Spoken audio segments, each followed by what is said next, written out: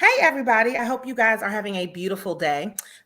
Today's a great day to give it to the people. I'm Chisa Penix Brown, and I am the chief curator over at Give It to the People, which is a company that helps to curate conferences. We help to curate content, and we just make sure that you have some great things in order to grow your business, grow yourself professionally, and we focus on mental wealth. So today is one of those topics where I have a great guest that's on. So we're not going to take a long time to introduce. I'm going to let her introduce herself, but she is a person that can help you with a topic that we don't discuss enough, which is getting our money together. And we had our own little conversation previously, and we were just talking about some of the things that people need to know, and that maybe they're not as aware. So I want to welcome Ruby Wesely to our online stage today. Ruby, how are you? You're looking beautiful.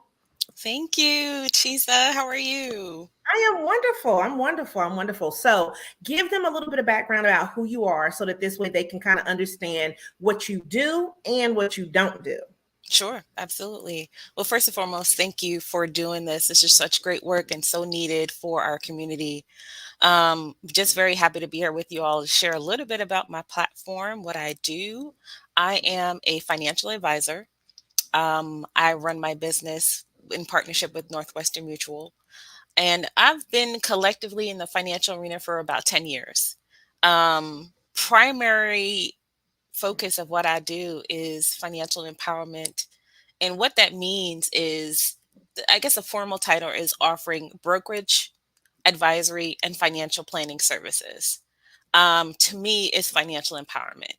It's really educating people on how to utilize their dollars, how to make their money work for them, um, understanding the components of their financial picture, the tools, what to use, what to implement, etc.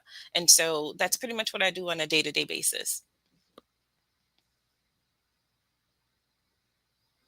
So with that, what would you say is the biggest problem that people face when it comes to money? And I know that, not having enough is always going to be one of the answers, right? But sometimes people can have too much and don't know what to do with it also. So what do you think, in your opinion, is the biggest problem that people face when it comes to just money in general? Honestly, I think the biggest problem that people face is just not having a plan, not Mm, really understanding the components that goes into planning. And I think that sometimes people just don't know that they don't have one. I'll use myself as an example. I started my career in financial reporting. I did that for several years, and I went on to launch a dessert business. And I did that for mm, several years. Very successful dessert business, but it didn't reach the benchmarks that I wanted it to do. I had a business plan, but I did not have a financial plan, one that was comprehensive, meaning that it wasn't just a plan for my business growth, but it was not having a plan that really showed me how my business goal integrated with my life goals. And I mm, think that's one of the things that we don't have.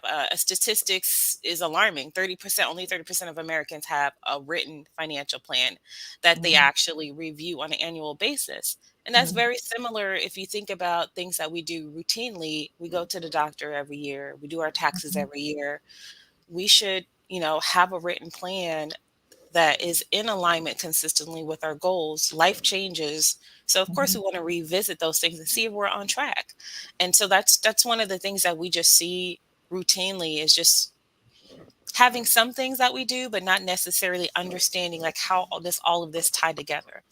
I love that. Now, I just want to just touch on some of the things that you said, because you said the dessert business, and you said you had the business plan, but the financial plan was something that was lacking. So if you were to do it all over again, and I know that a lot of people are in this position where they're like, you know what, yeah, I have my business plan, but I'm not even sure what she means by a financial plan. What are some of the benchmarks that you would set for yourself if you were to start that business all over again? That's a great question. Um, there are five basic components, and I'll just run through that really quick, but I'll break it down so that it's Mhm. consumable, right?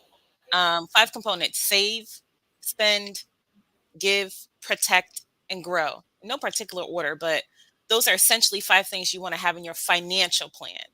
So save, spend. Say it one more time. Save, spend. Protect, grow, and give. give as in like giving back. Yep. Um, and my business plan was really just focused on the growth. Dive in. I wanted to build this business that was going to, give me financial security, financial freedom, be the thing that, it takes my family into the next generation. Um, sell $1 million business, right? And so the Mhm. focus was really just on building wealth. Mhm. But there are other components to that, right? What are the things that happen in life that kind of throw us off track? Um, we have to have pieces. I talk often in my planning about protect and prosper, having a protection plan, having a prosperity plan. The two have to go hand in hand, Mhm. because when life happens, life does happen to It us. does. If all of our focus is just on like building this empire, and we don't have any defensive, we don't have any things in place to hold us down, when life happens, we get thrown off track, and it's really hard to build back up from that. And so Oh. things that I would do differently is understanding that the components of a financial plan is not just focusing on wealth accumulation, which is really like that prosperity building, Mhm. growing your investments, growing your real estate portfolio, building your business, but understanding like all those quote unquote offensive strategies need to have a defense to them. So when life happens, it doesn't take a huge hit. Like we can sustain, we can hold against some of those attacks, if you will. Yeah. Yeah, no. I mean, it's necessary. And I mean, I've had things happen in my business that, in the past I wasn't prepared for. And then it was like, whoa. But I can say honestly, and I'm just, just trying to even think back like over the years, I don't think that I've been in the worst situations in the past. I think that things just didn't go according to plan, right? Right. And so then when you're planning for A, B, and C, and you get to B and it's not working, it delays you being able to get to C. Or it's one of those things where, well, I'll see you later, C. Like C is not even a possibility now Right. because you have to kind of restructure. So with that, when you talk to people, what do they need to know about financial security? Because that's the protection portion that we're talking about as it relates to their business. Because I think a lot of times we think, okay, well, we'll start the business. Okay, well, I got some money in the savings. I have my money that I need as far as my working capital to keep up on a monthly basis. But the security part. So when you talk about protecting, what do people need to know about that? There's so many components to that piece, right? A common mistake is like when we go to launch our business, Mhm. we don't realize that our business is going to be in its infancy. There's stages to launch, right? So, Mhm. that first stage is you've got to prepare for that. So, what do you need to have saved as a cash reserve to sustain yourself? Because your business is not yet to the point to where it can do that for you. To where if you're going from being a corporate employee to now being an entrepreneur, replacing that income instead of, hey, my business is going to take care of me like my job did for a certain Mhm. period of time. Like your business needs time to grow, and so you Mhm. need a certain amount of cash reserve saved up so that you're not putting that strain on that business. So that's Mhm. emergency fund. That's part of Mhm. like those are all like part of those foundational planning things. Mhm. Life happens, right? People get sick. 25% of people will become disabled, right? According to Social Security statistics. Wow. What plans do we have in place to protect our income if that is something that we face, right? Mhm. Instead of kind of, I feel like culturally we're used to like the hustle, the grind. We'll figure this out. We'll Mhm. make it work. But there are tools in place that we don't necessarily have to self-insure against, that we Mhm. can use wise decisions so that when things like that do happen, we're not forced to use our retirement savings to pay for a medical bill or to pay for an emergency that came up because we had another tool in place that was designed to do that job. So that's just Mhm. like another protection, a defensive strategy. So just being smarter about how do we manage the risks that we don't know that may Uh-huh. be out there versus trying to take it on ourselves and getting back into that hustle and grind and we'll make it work mentality. Yeah, no, and I truly completely believe in that. And I think that that is one thing that I always tell people. I'm like, listen, if you plan on being full time and you don't have everything that the job was providing. You don't have that insurance. You don't have that PTO. You don't have any of those things. And I tell people, so when you're off, those are just $0 days. So how do we then make sure that we're trying to have enough so that this way, when those $0 days come, it's okay, right? Because I think that especially when you first start, it's not realistic to think that you're going to make money every day, right? Like that's something that you have to grow into. Now, what would you say? Like when you gave people an expectation of, it's not going to just, blow up immediately, right? So what would you say is a good time frame for people to consider, well, let's save this amount of money because I don't have this job now.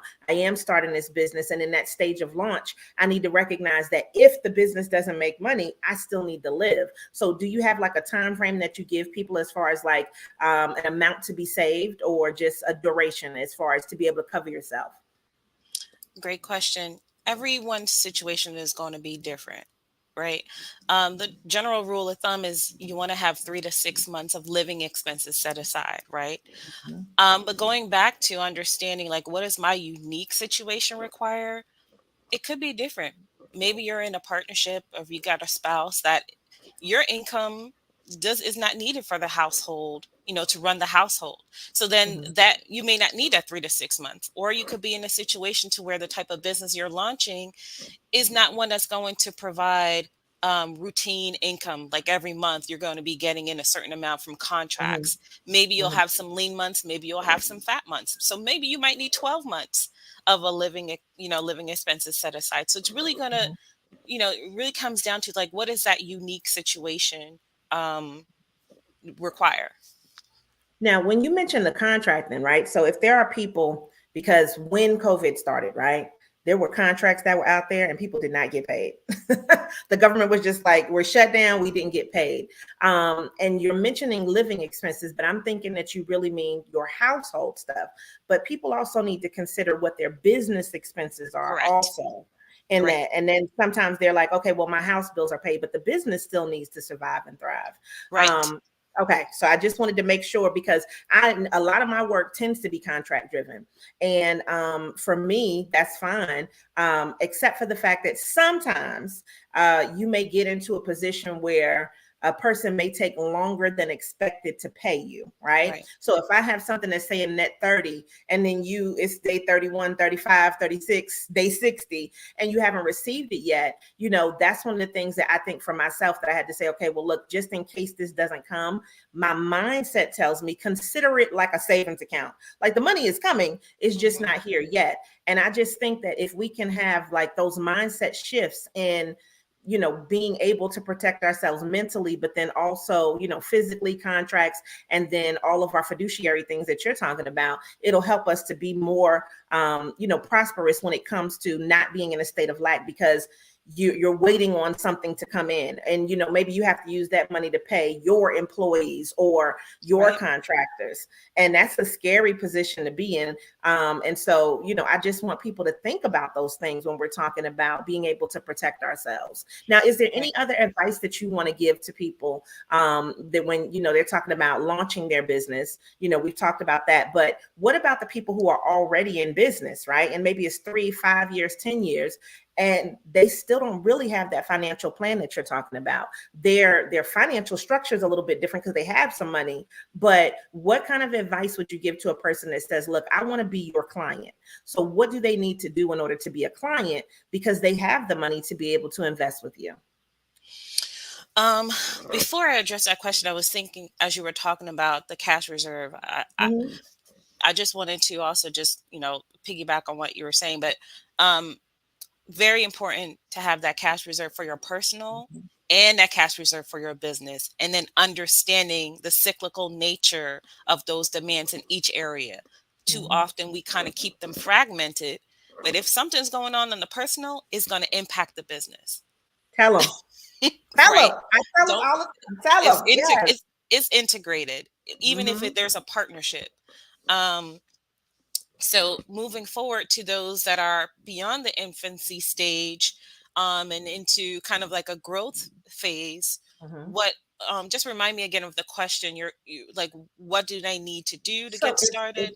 yeah, like, so if they're saying, well, look, I don't have a plan really. I have money. And I'd be interested in being a client of yours because I like what you're talking about. This makes sense. This is something that I've always wanted to do. This is something that I knew that I needed to do, but I didn't have the right person. And I mean, I'm just always honest about the audience that we have. They're typically going to be, they're going to look like me. They're going to be Black, right? They're going to typically a lot of times be women. And so when I look at that and us focusing on specifically the BIPOC community, I think that oftentimes we need to find the person that we're comfortable with. I don't think that it's we don't want to do it. And I also don't think that it's we don't have it to do, but we need to find the person that we feel comfortable with, saying, okay, well, take my money and help my money grow, right? And don't do a Bernie Madoff situation. You know what I mean? Like, so we need to be in a position where it's kind of like, okay, well, a lot of times people are looking for, well, I would love to have a Black woman financial advisor, you know what I mean? But then they don't know where to find one. And it's like, this is why we do this show, so that this way you can find a Ruby Wesley who can help you with that. So if a person was saying, look, I want to be a client, what would be an ideal client? What are some of the things that they need to know in order to make their transition from going from no plan to having a plan to working with you? Great. I'm gonna say great. You have a ton of great questions. I let's see where I should start. Um, Characteristics. I'll start with what I Okay. look for in a client, All right. and then I'll talk about like how do we get started. Mm-hmm. So characteristics that I look for is first and foremost, let's have an open and honest conversation, right? Because I can only advise on what I know from what you bring to the table.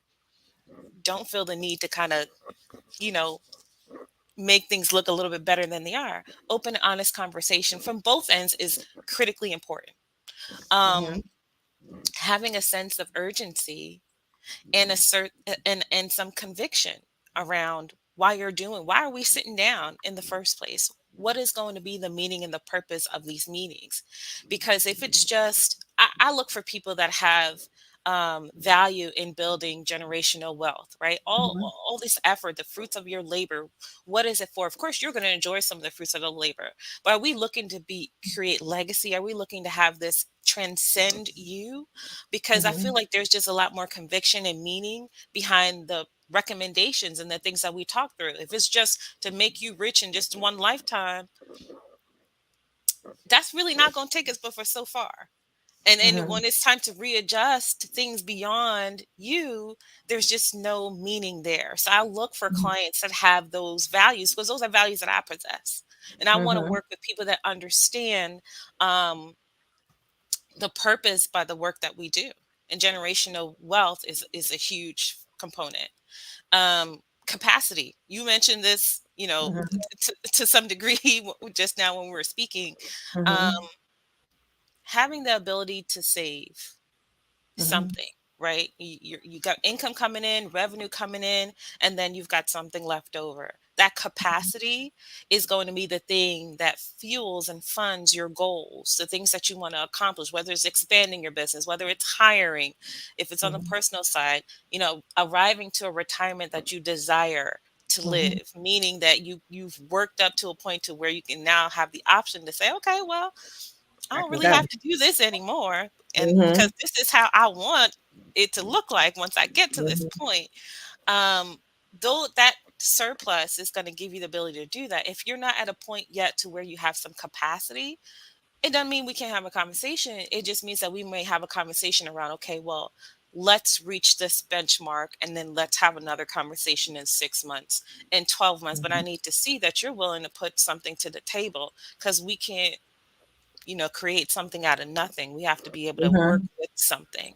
And sometimes Mm-hmm. it's doing some of that foundational, like budgeting, eliminating some of that debt. We got to free up money so it can work for Yeah. us. And so Yeah. Yeah. those are some of the characteristics that I look for in a client. Who do I Okay. primarily work with? Mm-hmm. You said that too. You hit the nail on the head. Um, I work with everyone, but Mm-hmm. primarily I work with women of color. Mm-hmm. Women of color that are grinding, they're corporate professionals, they're business owners, they're busy. Mm-hmm. And so they value this time Mm-hmm. because they want to know and understand that the dollars that they are working for are being put to work. You might hear me say, as my clients know, that we don't like any lazy money. We want to Oh. give we want to give our money, we want to give our dollars job descriptions. And it doesn't mean that it can't, be fun work. It could be for the family vacation. It could be for your allowance in addition to, saving for your retirement, whatever the case may be. But if it doesn't have a job, that Mm-hmm. money is on Amazon, is, Mm-hmm. is buying pocketbooks, is on the Look, couch, I like know. we want to give our dollars job descriptions. And so the women that are in that space appreciate speaking with someone that understands that we wear a lot of hats. And there are a Mm-hmm. lot of challenges when it comes to planning, especially for women. We live longer. Mm-hmm. So we got to save longer. We got to save for more. We got to build up more nest egg. 75% of the time, we're going to be the primary caretaker. Mm-hmm. That does have a financial impact, emotional impact, um, physical Yeah. impact on us. We're not quite yet there when it comes to like dollar for dollar. So Mm-hmm. our dollar is not working as hard as our male counterparts. So we've got a lot Mm-hmm. more challenges. And so I feel like the work that um, we need to do as women when it comes to our financial planning is so much more important and critical. As Black women, I wrote down the statistic somewhere. I think it's 4 out of 5 Black women are the primary breadwinner in their household. Oh, wow. That's drastic. I mean, that's something to just really think about. But then I think that when you are that Black woman that is the primary breadwinner, you don't even, the statistic is just something that's there, but you know it because you feel it, right? Right. So it's like for you to say that, I think that that's something that we should, examine, and then also take into consideration that we do need to do exactly what you said, right? Which is give our dollars those job descriptions, make sure that our money is working for us. And I think that that's an important thing. So I had to put that up on the screen because I needed people to see that quote. Like that was no lazy money. I love that. So if a person is like, look, I'm thinking about it right now, I like what you're saying. What would be just one tip that you can give to get a person ready to begin to build a better financial future? Because if they have to do a plan, that means they need to come with something, right? So what would be like one thing that they need to probably do, stop doing, or just work toward it, and then they feel like, okay, look, I have this done, so now I have something to bring to you. What would that be? I have to say it's 2 things. Okay. Um, First and foremost, what are your goals? Let's think about it, right? Because we need to have purpose behind what we're doing. Yeah. And then let's just start with the budget. Mm-hmm. The budget allows us to understand the playing field. What are we working with, right? Once we understand your cash flow, how you're managing what's coming in, what's going out, then we can start working towards those other components. And it really starts with foundational planning. But I think those 2 places, we start there with like, what are your goals and what are your budget? Because the budget's going to show us what we can start with. Mm-hmm, mm-hmm. I love that because I believe in goals, and like with my book, The 90-Day Focus, Your Action Plan for Success, that you can get on Amazon. That is one of the main things we talk about is goals. Like I'm very big on that 90-day focus. You thinking about what you want to do for 90 days, but I also think when we talk about our money, we have to extend past 90 days, right? So when we talk about goals in relation to money, with what you're talking about, how much do you want to save? Do you want to buy a house? Do you need a new car? Do you need to invest more in the business? Do you need some new equipment? Like, what are those things? Because you have to actually have, to me, some type of number that goes along with them. And then you can kind of see like, okay, well, now we need to change up this. Now we need to do that. And then when people are looking to make this financial plan and they're saying, look, I really need to work with a financial advisor, what is a good duration of time that you think that they should, as long as everything fits, right? Because, people may want to work with you and that may not be the ideal client, even though they think they are, right? Right. But what would be a time frame where you can say you've seen results from people listening, because that's the key thing, right? Is to listen to what you said and then take action on it. So, I know it's not a 1 day thing, like this is a time frame. What would that time frame be that you feel like people are typically comfortable with making those changes and then seeing results from the information that you're giving to them and how you're helping them to build their financial future? So results is a trigger word for Oh, compliance. okay. Okay. And I say that just from an education standpoint, because Okay. everybody's situation is going to be different. And Yeah. when you hear results, people start thinking about guarantees in the market, et cetera, et cetera, et cetera. But I guess I would just change that by saying impact. There we go. Like Um, that.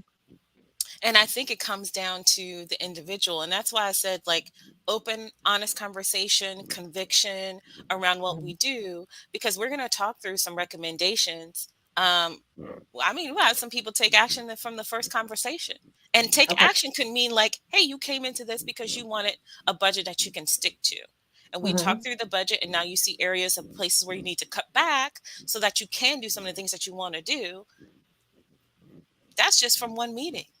Mm-hmm. Some people Mm-hmm. may require a little bit longer, because they know that they've got to go through some change themselves, and so it's really the it's going to vary per person. But I think, if there is a commitment, um, and the recommendations are in line with what they want to accomplish, you Mm-hmm. certainly can see change, pretty quickly. Okay. Okay. And then typically, like with your clients, are they with you 6 months, a year, 2 years? Like, is this an ongoing thing? And I would think that it would be more ongoing, like depending on, of course, what their goals are, but kids, college, retirement, those kind of things. So if a person is like, look, I'm starting my business or I'm in business now, how long should I expect to be a client? Because I know that I want to make these changes and I want to impact my personal and my professional life. Right. I don't strive to have transactional, relationships with my clients. Mhm. I strive for them to be long-term relationships. And Okay. so at minimum, I would say expect, once we've get your plan kind of kicked off and running, we're going to touch base at least a year, sometimes more. It really just Okay. depends on, like, what's happening in your life. Mhm. You may come into an inheritance, be like, Ruby, um, this just happened. Okay, let's talk about it, and lay Mhm. down your foundation, and your buckets are there, where money's going.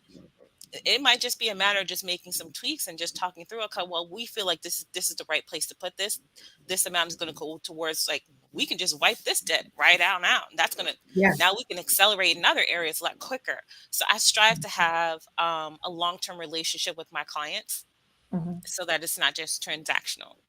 Yeah, no, I love that. And that's why I wanted you to say it, right? Because I figured just based on us seeing real change with money, right? Um, that's not going to be like a day thing, right? Now, unless you can pay off everything tomorrow, then that's something different.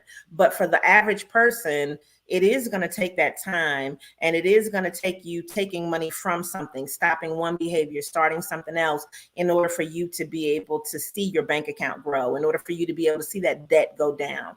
And I would imagine, and I know we're not going to get like into detail with this because this is not like your subject matter specifically, but a lot of people need to consider that if they're getting these student loans wiped out, this is the time to go ahead and talk to a financial advisor, Yeah. because you literally have more money. Like if you don't have to pay that anymore, like you literally have more money into, your household now. So I would say that if you're thinking about that, then definitely consider getting a financial advisor. So what else do you want to tell the people? Because we got like about a minute too. And what final words do you want to leave with our good audience out here today? I want to dispel the myth that, people that feel like they've got it together don't need a financial advisor. Okay. People that don't have it together need to get to a point to where they can meet with a financial advisor. Um, I think everybody needs to meet with some financial counsel, and it doesn't Mm-hmm. mean that it has to step on the toes of other people that are in your network. If you're a business owner, you should have a CPA. Maybe you Mm-hmm. got a lender and loan. Like, all these things work collectively. We don't replace those relationships. We work in conjunction with them. Mm-hmm. I would welcome people to accept the invitation of having a complimentary financial assessment. Okay. Have some, I reach out to me. I'm sure Cheese will put my information out there. Mhm. Let's just do a 15-minute conversation, quick phone call to just talk through, see if it makes sense. It may not be an ideal fit for my time or your time, but at Mhm. least let's have a conversation to see if there's a space where value can be added, whether now or in the future. And then, you've taken that step towards it. Yeah, yeah. And I mean, she's offering it. So now your option as a listener, as a viewer, is for you to take that step. And like she said, it may be a fit, it might not be a fit, but at least this way, this is what I know is going to happen. She's going to ask you some questions that are going to get you thinking. And if you probably have a lot of I don't knows, then that might mean you need a financial advisor, right? And so, take into consideration that people are here to help you build, right? And when we talk about that wealth, whether it's just now, whether it's generational, whether it's going to take a couple of years, whatever the course of time and whatever your goals are, there's still someone that can help you to get to that point. And what I see is a lot of times we're not actually engaging in some way, shape, or form, because there were some things, and I'm just, honest with my stuff. I'm like, I would like to be able to save more. And, when talking to now, I'm so happy I have a new accountant. Like she was like, okay, no, we're going to do this. So get this together, and get this together. Right. And so I think sometimes you just need that person to nudge you too, right? And so that accountability is a huge thing when it comes to our money and being able to keep it in our pockets, right? And in our community. So I want to thank you so much. And then I see Joe Campbell typed in, hey, Joe, thank you so much for watching today. He gave us hashtag excellent interview with a smiley face. So Joe Campbell, thank you for watching today. Thank you for commenting. We appreciate that. And Ruby, thank you so much for just being able to give the information that you gave, because I think that it is something where a person can really use their discernment to say, this is something that I need, and something that we should definitely have access to. And so you provided the access. Now they just need to walk through that door and then to make that phone call. Yes, let's normalize this. Yes, I love that. All right. So everybody, thank you so much for watching. Thank you for listening. Make sure that you always show up and show out, and you continue to give it to the people. And we'll see you on our next interview, which is coming up next week. We'll be with Bambi Daniels. And so we'll be talking about food, business, being on television, all of the fabulousness things that she does. So join us next week for our next episode, Mondays, 12 p.m. And then Ruby, we'll see you later. I'm sure we'll be somewhere in the good streets of North Carolina at some point in time, whether it's online or whether it's in person. And I just appreciate you taking the time today to just share this information with everybody. Thank you so much. Thank you. All right. Bye, guys.